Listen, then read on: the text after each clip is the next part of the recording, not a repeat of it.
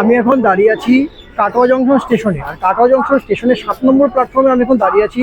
হাওড়া থেকে যে ট্রেনটা ধরে আমি এখন কাটোয়াতে আসলাম, সেটা কাটোয়ার 7 নম্বর প্ল্যাটফর্মে প্রবেশ করেছি। আর এটা হচ্ছে পেছনের টিকিট কাউন্টার। এখান থেকে এই দেখুন, এটা হচ্ছে টিকিট কাউন্টার, কাটোয়া জংশনের টিকিট কাউন্টার 7 নম্বর প্ল্যাটফর্মের দিকে। আর এখান থেকে আমি একটা টিকিট কেটে নিলাম। এখান থেকে লাভপুর যাওয়ার জন্য ভাড়া নিল 10 টাকা।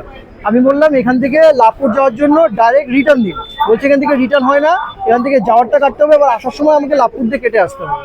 তো যেই কারণে আমি একটা 10 টাকা দিয়ে টিকিট কেটে নিলাম। ওখান থেকে লাভপুর থেকে রিটার্ন আসার সময় আমি রিটার্ন টিকিট কেটে নেবো। আপনারা যারা একান্ন শক্তিপীঠ দর্শন করতে চান, আপনারা হাওড়া থেকে 5:22-এর যে ট্রেনটা আছে ওটা ধরে আপনারা চলে আসতে পারবেন কাটোয়াতে। কাটোয়া থেকে 8:35-এ লাভপুরগামী ট্রেন থাকে, সেই লাভপুরগামী ট্রেন ধরে আপনারা চলে যেতে পারবেন লাভপুরে।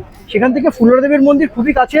ওখান থেকে কতটা ভাড়া নিচ্ছে, কি নিচ্ছে, সেটা সম্পূর্ণ ডিটেলস জানতে পারবেন আমার ফুল ভিডিও ইউটিউব চ্যানেলে খুব শীঘ্রই আসতে চলেছে, 2-1 দিনের মধ্যে আসতে চলেছে।